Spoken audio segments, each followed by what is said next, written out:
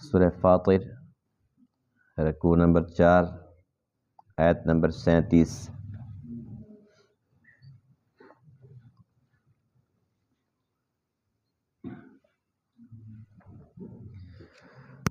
اعوذ باللہ من الشیطان الرجیم،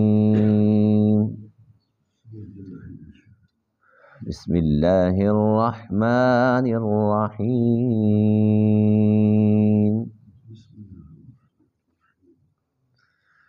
ان اللہ عالم غیب السماوات والارض انہ علیم بذات الصدور،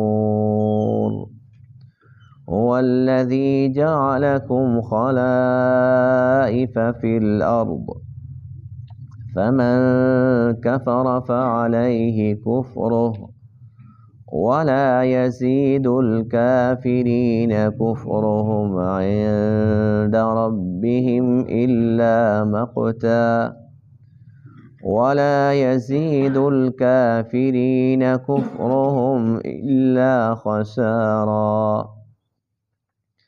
قل أرأيتم شركاءكم الذين تدعون من دون الله أروني ماذا خلقوا من الأرض أم لهم شرك في السماوات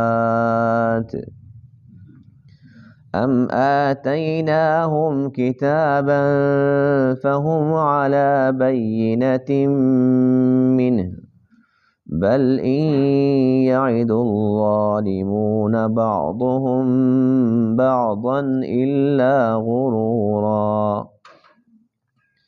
إن الله يمسك السماوات والأرض أن تزولا ولئن زالتا إن أمسكهما من أحد من بعده إنه كان حليما غفورا۔ صدق اللہ العظیم۔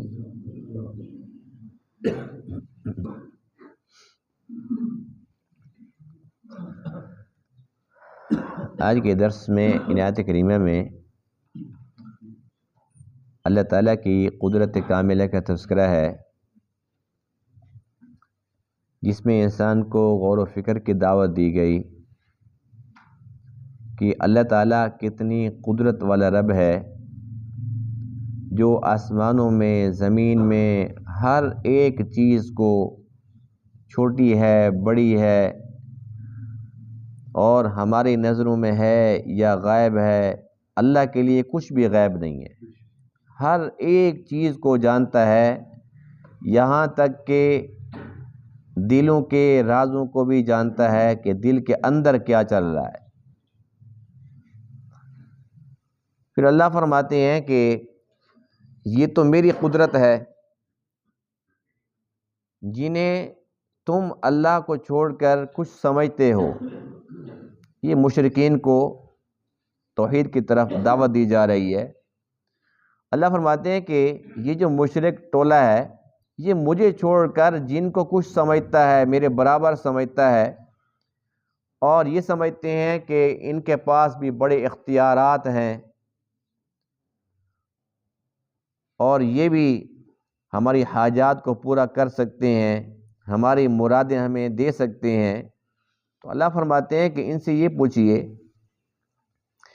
کہ جو کچھ میں نے پیدا کیا وہ تمہارے سامنے ہے۔ پہلی بات یہ ہے کہ ان کی کوئی مخلوق دکھاؤ، چھوٹی ہے بڑی ہے، کوئی ایک تو مثال لے کر آؤ۔ نہیں لا سکتے اور ہرگز نہیں لا سکتے۔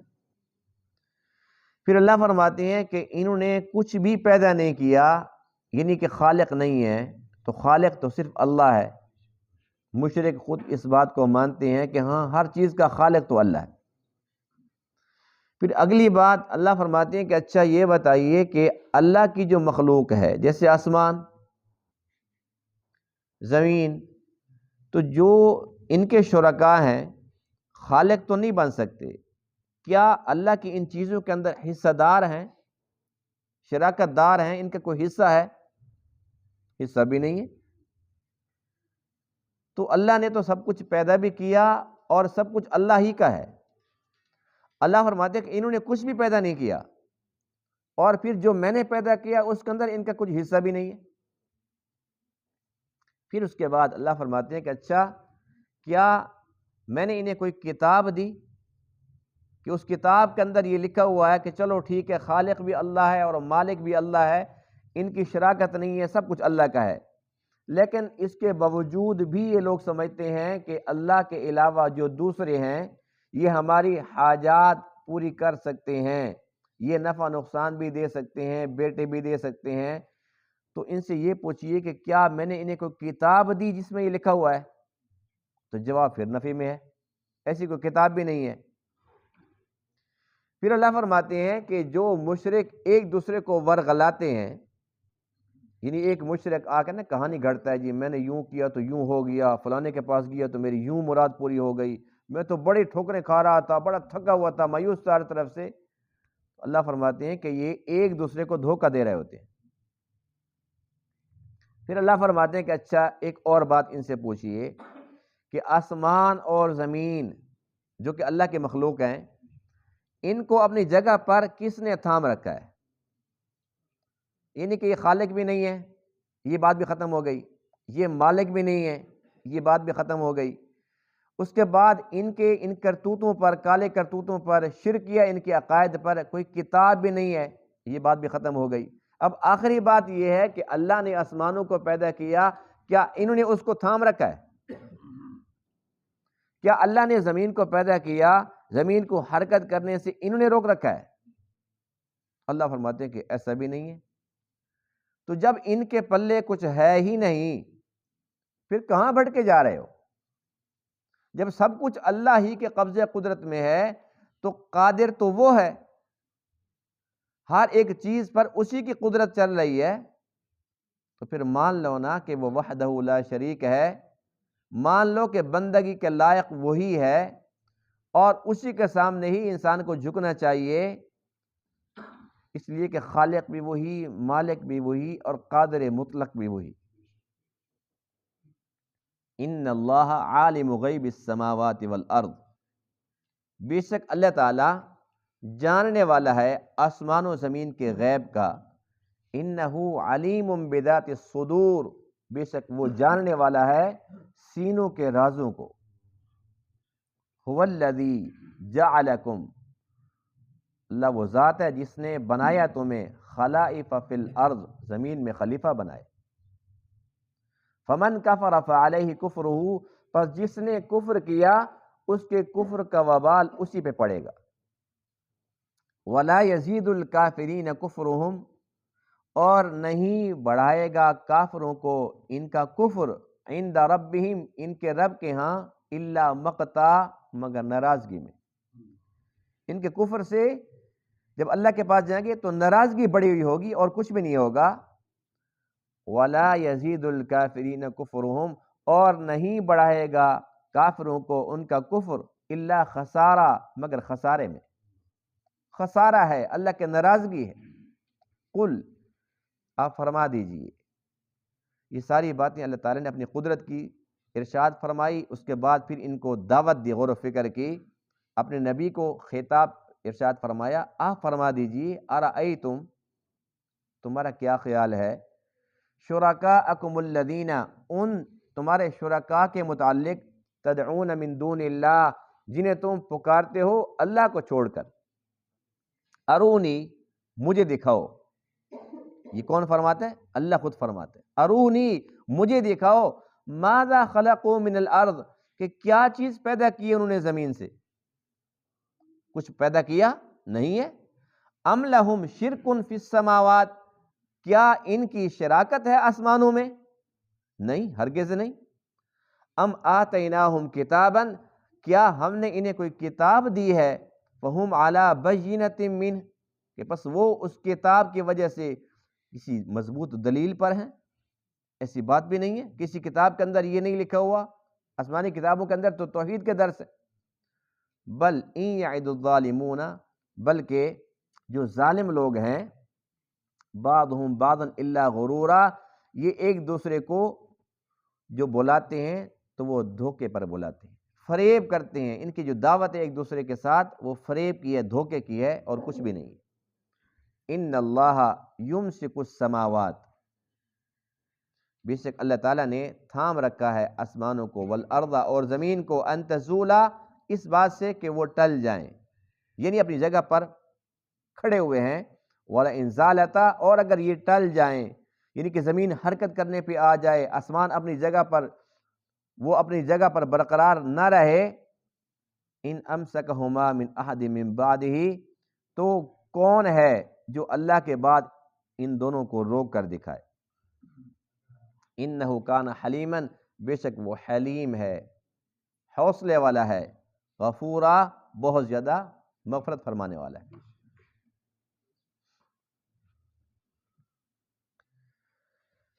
اللہ کی قدرت ہے. ان اللہ عالم غیب السماوات والارض، یہ اللہ کی صفت ہے کہ آسمانوں اور زمین کا غیب اللہ جانتا ہے. علم غیب جو ہے یہ اللہ تعالیٰ کی صفات مختصہ میں سے ایک صفت ہے، یعنی وہ صفت صرف اللہ ہی میں پائی جاتی ہے، اللہ کے غیر میں نہیں ہو سکتی، ناممکن سی بات ہے. علم غیب کس کو کہتے ہیں؟ علم غیب یہ ہوتا ہے کہ جو بغیر کسی کے بتائے کے ہو، ما کانا و ما یکون، جو ہو چکا، جو ہو رہا ہے، جو ہوگا، ذرے ذرے کا تفصیلی علم، یہ علم غیب کی تعریف ہے. یہ ذاتی علم صرف اللہ کے پاس ہے. اللہ نے اپنے پیاروں کو علم عطا فرمایا، اور اس پیارے طبقے میں سے سب سے پیارا طبقہ وہ انبیاء کرام کا ہے. اور انبیاء کرام میں سے ہمارا ایمان عقیدہ یہ ہے کہ اللہ نے تمام کائنات میں، تمام انبیاء میں، تمام فرشتوں میں سب سے زیادہ جس کو علم عطا فرمایا وہ اللہ کے پاک محبوب علیہ السلام ہے. لیکن اللہ کے نبی کے بارے میں یہ نہیں کہہ سکتے کہ وہ عالم الغیب ہے. وجہ یہ ہے، اس میں تو شک نہیں ہے کہ اللہ نے سب سے زیادہ علم اپنے محبوب کو عطا فرما دیا، لیکن عطا فرمایا ذاتی علم نہیں، عطائی ہے. جب اللہ نے بتا دیا تو وہ غیب ہی نہ رہا. اللہ کے بتانے کے بغیر اگر ہوتا تو وہ علم غیب کہلاتا. اب اس طریقے سے اگر ہم یوں کہیں کہ دیکھو جی اللہ کے نبی نے تو جنت کے بارے میں یوں بتا دیا، جہنم کے بارے میں یہ بتا دیا، جیسے آپ معراج پہ گیا تو بتایا جی ایسے سے میری ملاقات ہوئی جہنمیوں سے کہ جو فلاں گناہ کرتے تھے ان کو یہ تکلیف ہو رہی تھی، فلاں کو یہ ہو رہی تھی. یہ ساری باتیں تو درست ہیں کہ اللہ کے نبی نے سارا کچھ بتایا، لیکن اللہ نے بتایا تو اللہ کے نبی کو پتہ چلا. اگر بتانے کے بعد بھی علم غیب رہتا ہے، بات سمجھ رہے ہیں میری؟ یعنی کہ علم غیب کی تشریح یہ ہے کہ بغیر کسی کے بتائے ذاتی علم ہو، ذرے ذرے کا ہو، جو ہو چکا، جو ہو رہا ہے، جو ہوگا، یہ علم غیب ہے. اللہ نے نبی کو بتایا تو وہ علم غیب نہ رہا. اگر کوئی کہتا نہیں جی بتانے کے بعد بھی علم غیب ہے، تو اس کا مطلب یہ ہوا کہ پھر تو کوئی امتی بھی دعویٰ کر سکتا ہے کہ اللہ کے نبی نے اللہ سے پوچھ کر مجھے بھی بتایا. امت کو نہیں بتایا؟ امت کو بھی تو بتایا ہے. اب ہم میں سے جتنے بھی مسلمان ہیں جو اللہ کے نبی کی باتوں پر ایمان رکھتے ہیں وہ مانتے نہیں کہ دجال آئے گا، تو یہ غیب کی خبر نہیں ہے. عیسیٰ علیہ السلام آئیں گے اور وہ پھر دنیا کے اندر اتنا عرصہ رہیں گے، شادی کریں گے، ان کے بچے ہوں گے، امام مہدی تشریف لائیں گے. قیامت کے جتنے احوال ہیں ان کے تعلق غیب سے نہیں ہے. ہم مانتے ہیں کہ جب ہم اپنی میت کو قبر میں رکھ دیتے ہیں تو فرشتے آ جاتے ہیں، سوال جواب شروع ہو جاتا ہے، پھر اللہ کا فضل ہوتا ہے تو وہ قبر وسیع ہو جاتی ہے، جنت کی کھڑکی کھل جاتی ہے، خوشبوئیں شروع ہو جاتی ہیں. تو کیا کسی نے قبر میں جا کر دیکھا ہے؟ تو یہ غیب کی خبریں نہیں ہیں، ہر امت ہی جانتا ہے نا. تو وہ کہہ جی میں بھی تو غیب کی باتیں بتا رہا ہوں، قبر میں ایسے ایسے ہوتا ہے، حالانکہ ہوتا بھی ہے، سچ بھی ہے، لیکن غیب تو پھر بھی نہیں ہے. بھئی ہمارے نبی پاک نے بتایا نا، جب ہمیں بتایا ہے، نہ بتاتے پھر ہمیں پتہ چلتا تو پھر علم غیب کہلاتا نا۔ اللہ کے نبی نے بتایا تو ہمیں پتہ چلا، اللہ کے نبی کو اللہ نے بتایا، اللہ کے نبی کو پتہ چلا۔ تو جب بتایا جائے، تو جب علم عطا کیا جائے، عطائی علم علم غیب نہیں کہلاتا۔ جو ذاتی علم ہے وہ علم غیب ہوتا ہے، اور وہ صرف اور صرف اللہ کے پاس ہے۔ پھر اللہ کا قرآن یہ کہتا ہے کہ غیب تو دور کی بات ہے، وَعِندَهُ مَفَاتِحُ الْغَيْبِ لَا يَعْلَمُهَا إِلَّا هُوَ، جو غیب کی چابیاں ہیں وہ بھی اللہ کے پاس ہے۔ جب چابی ہی اللہ کے پاس ہے تو تالا کھلے گا کیسے چابی کے بغیر؟ جب تالا ہی نہیں کھلے گا تو کیا پتہ اندر کیا ہو رہا ہے؟ تو اللہ فرماتے ہیں کہ جو غیب ہے اس کی تو چابی بھی میرے پاس ہے، میں نے وہ بھی کسی کو نہیں دی۔ تو اللہ تعالیٰ عالم الغیب ہے، اور ہمارا عقیدہ یہ ہے کہ اللہ ہی عالم الغیب ہے، اور آج کے درس میں لفظ بھی یہی ہے، ان اللہ عالم غیب السماوات والارض، اللہ ہی آسمان و زمین کا غیب کا علم جاننے والا ہے، عالم غیب۔ تو یہ ایک مضبوط عقیدہ ہے جو موحد لوگ ہیں ان کا عقیدہ ہے۔ لیکن آج کل نبی تو پھر نبی ہیں، آج کل تو لوگ کہتے ہیں جی میرا پیر و مرشد بھی سب جانتا ہے، اس کو یہ بھی پتہ ہے میرے گھر میں مرغیاں کتنی ہیں۔ مرغیوں کو تو ویسے جانتا ہوگا واقعی، کیونکہ آج کل کے جو پیر ہیں مرغیوں والے، وہ آتے ہی دیکھتے یہی مرغیاں ہیں، کتنی مرغیاں ہیں، بکریاں کتنی ہیں، پھر وہ پسند کر لیتے ہیں، اس کے بعد پھر جاتے ہو کہتے ہیں جی اس کو میرے ساتھ بھیج دو۔ تو بات یہ ہے کہ اس قسم کے لوگ جو نماز نہیں پڑھتے، جو روزے نہیں رکھتے، اور پاکی ناپاکی کا پتہ نہیں ہے، سالوں سال اپنے بال صحیح کٹنگ نہیں کراتے، اور پتہ نہیں کتنی جمعے اور کتنی غلاظت، کتنی بدبو ان کے جسم کے اندر ہوگی، اور لوگ یہ بھی کہتے ہیں کہ جی ان کو سارا پتہ ہے۔ لوگوں کا ان کے بارے میں بھی عقیدہ ہے کہ یہ بڑے پہنچے ہوئے ہیں، اور پھر بھی کہتے ہیں کہ ہم مومن بھی ہیں اور موحد بھی ہیں۔ تو اللہ کی شان ہے کہ کیسا ایمان اور کیسی توحید ہے۔ توحید سیکھنی ہے تو قرآن سے سیکھیں۔ اللہ کا قرآن یہ بتا رہا ہے کہ یہ میری صفت ہے کہ میں آسمان و زمین میں جو بھی غیب ہے اس کا جاننے والا ہوں، اور میری شان یہ ہے انہ علیم بذات الصدور، سینوں کے رازوں کو بھی جانتا ہوں۔ کوئی یہ دعویٰ کر کے دکھائے اندر کیا ہے، یہ اس کو پتہ ہے، یہ رب کو پتہ ہے۔ اندر ایمان ہے، اندر کفر ہے، اندر اخلاص ہے، اندر نفاق ہے، ریاکاری ہے، اندر جو کچھ بھی ہے، اللہ فرماتے ہیں کہ تم مجھ سے نہیں چھپا سکتے۔ انہ علیم بذات الصدور، سینوں کے رازوں کو بھی جانتا ہوں۔ تم سوچتے ہو میں جانتا ہوں یہ سوچ کیا رہا ہے میرا بندہ۔ تو یہ اللہ کی قدرت ہے۔ اللہ فرماتے ہیں کہ میری قدرت تو یہ ہے۔ اب جنہیں مشرکین کچھ درجہ دیتے ہیں اللہ کے برابر، اللہ کو چھوڑ کر وہاں پر جاتے ہیں اور ان سے مدد مانگتے ہیں، اپنی مرادیں ان سے پوری کرانے کے چکر میں پھرتے رہتے ہیں اور در در پہ ٹکریں مارتے رہتے ہیں، ان سے پوچھیے تو صحیح، ارونی ماذا خلقوا من الارض، کوئی زمین میں کوئی ایک چیڑی، کوئی ایک بلی، کتا، کوئی چوہا، کوئی مکھی، کوئی چیز، کوئی مچھر، کوئی چیز تو بتاؤ کہ انہوں نے بھی پیدا کی ہے۔ یہ جو کہتے ہیں ہم بیٹا دے سکتے ہیں، تم بیٹا دے سکتے ہو تو مکھی تو بنا دو۔ جب مکھی پیدا نہیں کر سکتے تو بیٹا کہاں سے تم دے سکتے ہو؟ بیٹے کون دیتا ہے؟ اور بیٹیاں کون دیتا ہے؟ اور بانج کون رکھتا ہے؟ اور بیٹے بیٹے دونوں کون دیتا ہے؟ اللہ ہی خالق ہے، وہی مالک ہے، وہی قادر مطلق ہے۔ اللہ نے چیونٹی کو پیدا کیا اور ہاتھی کو پیدا کیا، چھوٹی سے چھوٹی مخلوق اور بڑی سے بڑی مخلوق، یعنی جو ہمیں نظر آ رہی ہے بھی ہاتھی بہت بڑی ہے، ورنہ تو فرشتے ہیں، میں نے پہلے عرض کیا تھا کتنے بڑے بڑے ہیں کہ جن کے پر 600، سبحان اللہ، اتنے بڑے بڑے فرشتے۔ تو اللہ تعالیٰ نے اتنی مخلوق بڑی پیدا کر دی ہے تو وہ خود کتنا بڑا ہوگا۔ تو اللہ فرماتے ہیں کہ جب انہوں نے کچھ بھی پیدا نہیں کیا، ایک مکھی بھی پیدا نہیں کی، مچھر بھی پیدا نہیں کیا، پھر خالق تو نہیں ہے۔ جب خالق نہیں ہے تو پھر بندگی کے لائق کہاں سے آ گئے؟ ام لہم شرک فی السماوات، کیا آسمان کے اندر کوئی شراکت ہے؟ شراکت بھی نہیں ہے۔ آج تک کسی نے کلیم کیا ہے؟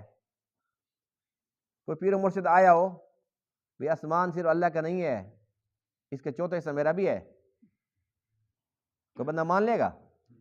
بھی ساری زمین اس کی نہیں ہے، کچھ میری بھی ہے، کوئی مان لے گا؟ کسی کی بھی نہیں ہے۔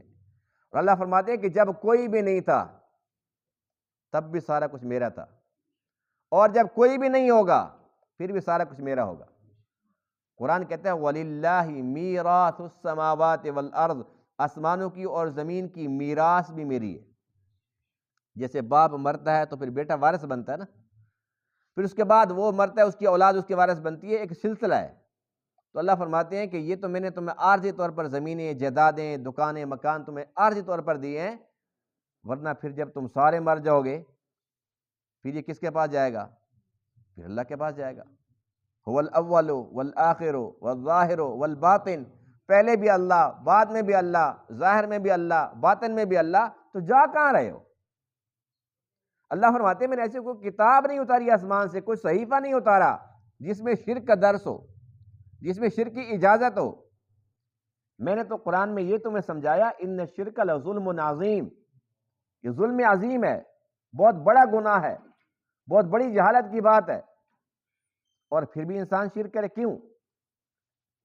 اور پھر یہ جو مشرک ہے نا، ظاہر سی بات ہے کہ یہ کافر مشرک ظالم ہی ہے نا، والکافرون هم الظالمون، یہ ظالم کیا کرتے ہیں؟ بل ان یعد الظالمون بعضهم بعضا الا غرورا، ایک دوسرے کے ساتھ وعدے کرتے ہیں، کوئی مسئلہ نہیں ہے، بس اللہ تعالیٰ کرم کر دے گا، جو میں کہہ رہا ہوں تم وہ کرو۔ اور کرنا کیا ہوتا ہے؟ دعوت یہ ہوتی ہے دیکھو جی اب فلانے کو دیکھ لو، 15 سال تک اس کی شادی ہوئی، 15 سال تک اولاد نہیں ہوئی، پھر فلاں دربار پہ میں اس کو بھیجا تھا، وہاں پر گیا اور سال بعد اس کا بیٹا ہو گیا۔ اچھا بتائیے کہ اگر یہ شرک نہیں ہے تو شرک کے سینگ ہوتے ہیں؟ بتائیے، اگر یہ شرک نہیں ہے اور عقیدہ اتنا بدبودار، اتنا بدبودار کہ آپ تصور نہیں کر سکتے، یعنی اللہ تعالیٰ سے انسان جب کٹتا ہے نا، بس اللہ کی نظروں سے جب گر گیا اس کے بعد پھر پھٹکار ہی پھٹکار ہے، در در کی پھر وہ ٹھوکریں ہیں نصیب میں، پھر اس کے بعد جہالت ہی جہالت ہے۔ یعنی کہ لوگوں کا عقیدہ ہے، حضرت بہو سلطان رحمہ اللہ بہت بڑے ولی ہیں، اللہ تعالیٰ کی قبر پہ کروڑوں اربوں رحمت نازل فرمائے، یعنی اللہ کے جو ولی ہوتے ہیں ان کی تو کیا بات ہے، ان کی جو تعلیمات ہیں آپ پڑھیں، ان کی جو ہے کلام باہو، تو آپ کو ایک ایک شعر کے اندر، کلام کے اندر ان کی توحید ہی سمجھ آئے گی کہ وہ کتنے بڑے مواحد تھے۔ اب وہاں ان کے دربار پر نا ایک بیر کا درخت لگا ہوا ہے، اور عقیدہ یہ ہے کہ نیچے کپڑا بچھا کے اور بیٹھ جاؤ، اوپر سے جو اگر پتا گرے گا وہاں پر پتا آ گیا تو بیٹی ہوگی، اور اگر بیر گر گیا تو بیٹا ہوگا۔ اب یہ عقیدہ ہے، اور آپ حیران ہوں گے کہ میں وہاں پر خود گیا تھا، وہاں جا کر میں نے فاتح خوانی کی جو کرنی چاہیے، اس کے بعد پھر میں وہاں پر گیا اس بیر کے نیچے، تو وہاں پر تو بڑا عجیب منظر تھا۔ منظر یہ تھا کہ دو عورتوں نے ایک دوسرے کے بال کھینچ رکھے تھے۔ میں نے کہا بھی یہ ان کو کیا دورہ پڑا ہوا ہے، کوئی جنات کا دورہ تو نہیں پڑا ہوا؟ کہتے نہیں جی دورہ یہ پڑا ہوا ہے کہ اس نے اپنا کپڑا بچھا رکھا تھا، اس نے اپنا بچھا رکھا تھا، وہ بیر وہاں سے گرا تو وہاں سے چلتے چلتے اس کے کپڑے پہ آ گیا۔ وہ کہتی ہے کہ پہلے یہ میرے کپڑے پہ آیا، میرا بیٹا ہے۔ وہ کہتی تھی وہاں سے تو ایسے گرا تھا، آیا تو میرے کپڑے پہ آیا، یہ میرا بیٹا ہے۔ اس بیٹے پہ لڑ رہی ہیں۔ اب اندازہ لگائیں، اتنا تو وہ پکی ہیں کہ بس بیر آ گیا تو بیٹا آ گیا، یہ ان کا عقیدہ بنا ہوا ہے، اور کلمہ پھر بھی یہی پڑھتی ہیں۔ تو وہاں پر ایسی جہالت میں نے دیکھی، اور ایک بندہ کہہ رہا تھا جی وہاں پر نا کچھ وہ چمچے بھی تو ہوتے ہیں نا، چیلے چمچے، وہ بتاتے ہیں جی اتنے بیٹے ہو چکے ہیں، اتنی بیٹیاں ہو چکی ہیں، اور حضرت جی نے یوں کر دیا اور ایسے کر دیا۔ ہمارا تھا زمانہ طالب علم کا، ہم طلباء اکٹھے تھے وہاں پر، ہمارے وہاں کلاس فیلو کی شادی تھی تو ہم وہاں پر گئے، اس نے کہا جی 7 دربار ہے، میں کہ چلو ہم بھی چلے جاتے ہیں وہاں پر۔ تو ہوا یہ کہ ایک بندہ آیا وہاں پر، اور اس نے ہمیں یہ کہا کہ جی یہاں پر نا جو بندہ اگر کسی کے جوتے بھی چوری کرے نا اندھا ہو جاتا ہے، بالکل اندھا ہو جاتا ہے، اور ایک دفعہ نہیں کئی بار ہم نے آزمایا ہے۔ میں نے کہا تو بہت بڑی حیران کن بات ہے کہ جب چور ہو اور اندھا ہو جائے اور دنیا دیکھے کہ یہ چور ہے تو بڑی مزے کی بات ہے۔ ابھی تک وہ ہمیں مطمئن کر رہا تھا کہ اسی دوران ہمارے ایک دوست نے کہا میرے جوتے تو سچ میں چوری ہو گئے، کہتے میرے تو جوتے سچ میں چوری ہو گئے۔ میں نے کہا جی دیکھو جی کون اس وقت اندھا ہوا ہے، فوراً اسی کو ہم پکڑتے ہیں، کوئی بھی اندھا نہیں ہوا. لیکن وہ جو ہوتے ہیں نا چمچے چیلے، وہ ان باتوں کو پھیلاتے ہیں اور خوب تشہیر کرتے ہیں، اور پھر جن کا عقیدہ ہوتا ہے کمزور کچے دھاگے جیسا، پھر وہ کہتا ہے کہ ہاں جی یہ سارا کچھ سچ ہوگا، حالانکہ ایسا ہوتا کچھ بھی نہیں ہے. نہ وہاں پر کوئی اندھا ہوتا ہے. ہم نے تو یہ دیکھا ہے کہ مکہ پاک میں اللہ آپ سب کو لے جائے، بار بار لے جائے. مدینہ پاک میں ہم جاتے ہیں، مکہ پاک میں جاتے ہیں تو وہاں بھی جوتے چوری ہوتے ہیں. اتنا بڑا دربار جہاں پر خانہ کعبہ شریف ہے، وہاں تو کوئی چور اندھا نہیں ہوا. اور میں نے اپنی آنکھوں سے دیکھا کہ جس دن خاص حج ہوتا ہے، وقوف عرفات، عرفات کے میدان کے اندر ہمارے گروپ کی ایک بزرگ عورت تھی، اور اس کی کسی نے جو ہے نا اندر سے وہ کاٹ کے، کسی عورت نے اس کے ریال چوری کر لی.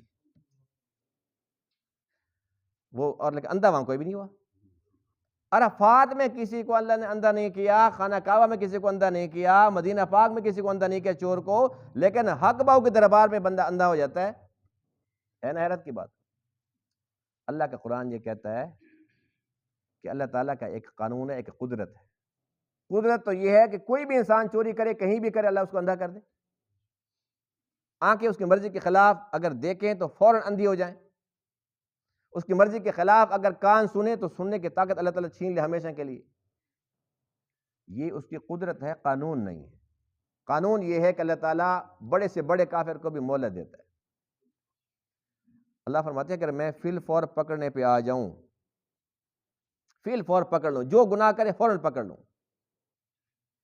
تو اللہ فرماتے ہیں کہ زمین کی پشت پر ایک بھی چلتا پھرتا نظر نہ آئے.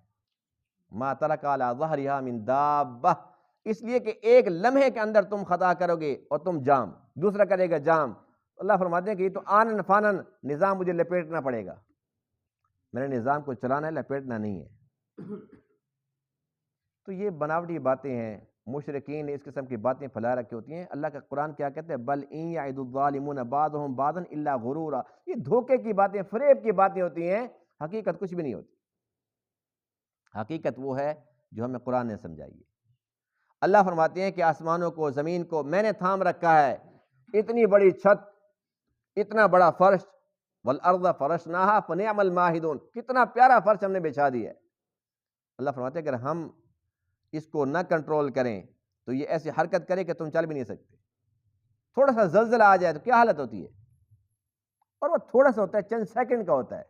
یہ نہیں کہ 5-6 منٹ مسلسل ہوتا ہے، ایسا نہیں ہوتا، چند سیکنڈ کی بات ہوتی ہے، لیکن اس وقت انسان کی روح نکلنے کے قریب ہو جاتی. اور اگر یہ مسلسل حرکت شروع کر دے تو ہم اس سے فائدہ اٹھا سکتے ہیں، چل پھر سکتے ہیں. اللہ فرماتے ہیں کہ یہ میری قدرت ہے. انہ کان حلیما غفورا. جو مشرک کام کرتے ہیں تو اسی لائق کہ اللہ فی الفور ان کو دبوچ لے، پکڑ لے ان کو، لیکن وہ حلیم ہے، اس کا حوصلہ ہے. سب سے زیادہ نافرمانیاں اللہ کی جاتی ہیں. کافر تو کرتے ہیں، مشرک منافق تو کرتے ہیں، لیکن ایمان والے کیوں نہیں کرتے؟ وہ بھی کرتے ہیں. کتنی نافرمانیاں اس رب کی جاتی ہیں، لیکن وہ حلیم ہے، حوصلے والا ہے. ہمارے خلاف کو بندہ بات کرے نا تو ایک دفعہ 2 دفعہ، اس کے بعد پھر ہم کہتے ہیں جب تک ہم اس سے بدلہ نہیں لیں گے ہمیں چین نہیں آئے گا. ایسی بات کہ نہیں ہے، حالانکہ کمزور ہیں. ہوتا بھی ایسا کئی دفعہ کہ بندہ بدلہ لینا چاہتا ہے اور لیتے ہوئے الٹا نقصان میں پڑ جاتا ہے. یعنی ایک بندہ کیا کسی کے ساتھ لڑنے کے لیے کہ میں ماروں گا، اس کی ٹانگ توڑ دوں گا، اور اس کی ٹانگ نہیں ٹوٹی، اس کی اپنی ٹوٹ گئی. ہوتا کہ نہیں ہوتا؟ جاتا ہے مارنے کے لیے، وہ پہلے سے سنبھلا بیٹھا ہوتا ہے، اسے کچھ نہیں ہوتا اور یہ مر جاتا ہے. یعنی انسان کمزور ہو کر بھی سوچتا ہے کہ میں منصوبہ بناتا ہے کہ میں بدلہ لوں گا، اور جب تک بدلہ نہیں لوں گا مجھے سکون نہیں ملے گا. اللہ فرماتے ہیں کہ میں تو حلیم ہوں، میں چاہوں تو میں بدلہ لوں، لیکن میں بدلہ نہیں لیتا، میں مہلت دیتا ہوں. ہو سکتا ہے آج نہیں تو کل میرا بندہ میرے پاس لوٹ آئے، اور اگر لوٹ آئے غفورا تو میں بیٹھا ہوں تیار. ایک دفعہ کہتا ہے میرا بندہ گناہ کر کے، نیکی کر کے نہیں، گناہ کر کے میرا بندہ کہتا ہے یا رب. شیخ سعدی فرماتے ہیں کہ اللہ تعالیٰ نا اپنا رخ پھیر لیتے، وہ دوسری بار پھر کہتے ہیں یا رب، اللہ تعالیٰ پھر رخ پھیر لیتے. جب تیسری بار وہ کہتے ہیں یا رب تو اللہ فرماتے ہیں لبیک یا عبدی، اے میرے بندے میں حاضر ہوں. اللہ فرماتے ہیں کہ اس بندے کو یقین تو ہے نا کہ میں اس کا رب ہوں اور میں اس کو معاف کر سکتا ہوں، اگر میں بھی اس کی بات نہ سنوں، اگر میں بھی اس کی پکار کو قبول نہ کروں تو میرا بندہ جائے گا کہاں؟ یہ اس کا پیار ہے۔ تو اللہ تعالیٰ کے حلم سے اور اللہ تعالیٰ کے اس حوصلہ سے، بردباری سے ہمیں فائدہ اٹھانا چاہیے۔ وہ غفور ہے، اس صفت سے ہمیں فائدہ اٹھانا چاہیے کہ اگر ہم سے کوئی گناہ ہو جائے، اور یقیناً ہوتے رہتے ہیں، تو فوراً ہم توبہ کر لیں۔ یہ نہیں کہ پھر ہم کریں گے، گناہ کرتے ہیں ان گنت، توبہ گن گن کے گناہ کرتے ہیں بغیر سوچے سمجھے، توبہ کے لیے پھر سوچ میں پڑ جاتے ہیں۔ تو توبہ صبح و شام کرتے رہیں تاکہ جب بھی اللہ کا بلاوا ہے ہم توبہ کے ساتھ ہوں۔ اللہ تعالیٰ ان تمام باتوں کو سمجھنے عمل کرنے کی توفیق عطا فرمائے۔ وآخر دعوانا الحمدللہ رب العالمین۔